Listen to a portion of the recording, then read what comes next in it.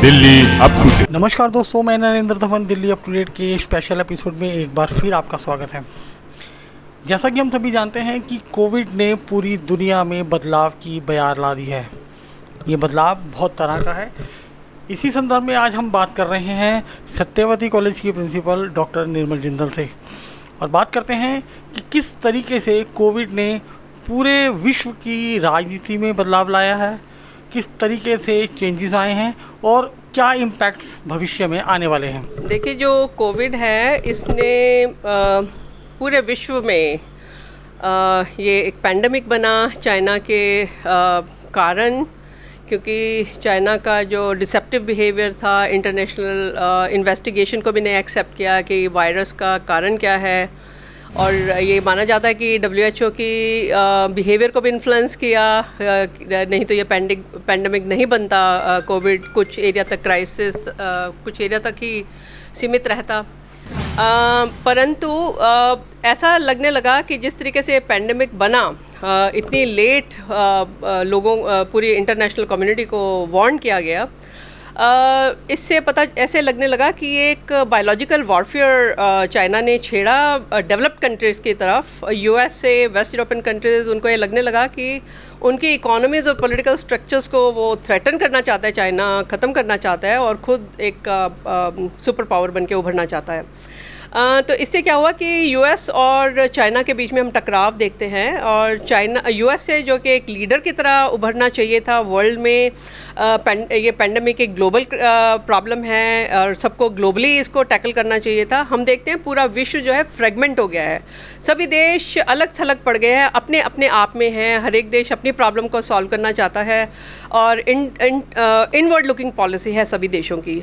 परंतु ऐसे में इंडिया ने बहुत बड़ी भूमिका निभाई है। हम देखते हैं कि इंडिया की जो फॉरेन पॉलिसी है वो बहुत ही डिफरेंट उसने रोल अदा किया है, और पूरे विश्व में उसने अपनी एक साख बनाई है, एक सॉफ्ट पावर की तरह उभरा है, कि जहाँ USA एक वर्ल्ड लीडर बन उसकी पावर डिक्लाइन हो रही है, लीडरशिप डिक्लाइन हो रही है, उसने कोई ऐसा रोल, रिस्पॉन्सिबल रोल भी नहीं अदा किया।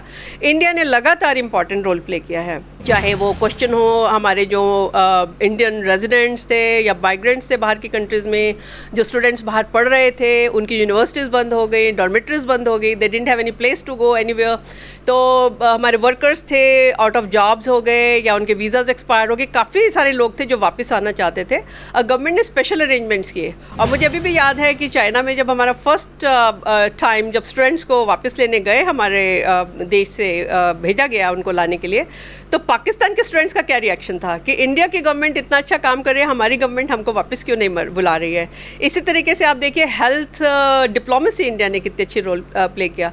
एक इंडिया डेंसली पॉपुलेटेड कंट्री, सब कंट्रीज़ देख रहे थे कि इंडिया कैसे अपने इस पैंडमिक को डील कर रही है, प्रॉब्लम को डील कर रही है।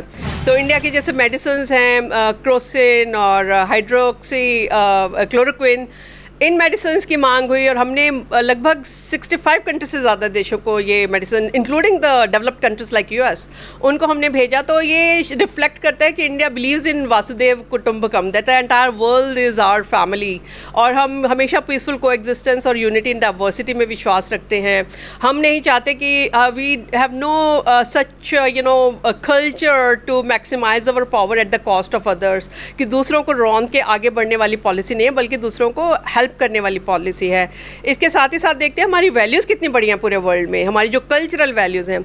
आज डेवलप्ड कंट्रीज़ के लीडर्स भी आपस में नमस्ते कर रहे हैं, क्योंकि आप बहुत बड़ा बदलाव है। हमारा योगा, मेडिटेशन, हमारा वेजिटेरियन फूड और हमारी हर्बल मेडिसिन्स कितनी ज़्यादा हमारे जो नेबरिंग कंट्रीज़ हैं उनमें भेजी जा रही हैं। और इसके अलावा हम देखते हैं कि हमारे प्राइम मिनिस्टर ने कितना बड़ा एक्शन लिया, कि चाहे वो NAM है, चाहे वो SAARC है, जो जबकि इंडिया ने अभी काफ़ी इनएक्टिव हो गया था इन ऑर्गेनाइजेशंस में, उन्होंने स्पेशल वर्चुअल कॉन्फ्रेंस की वहाँ के लोग इन कंट्रीज़ के साथ, और अपना हेल्पिंग हैंड एक्सटेंड किया उनको इस कोविड से डील करने के लिए, कि कहाँ पूरा जो बड़े बड़े कंट्रीज़ है कोई भी एक दूसरे की हेल्प के लिए नज़र नहीं आ रहा, इंडिया नज़र आ रहा है। और इसके अलावा देखिए, जहाँ पूरा वर्ल्ड इतना क्रिटिकल था चाइना के लिए, इंडिया ने बहुत ही कॉशियसली बिहेव किया है।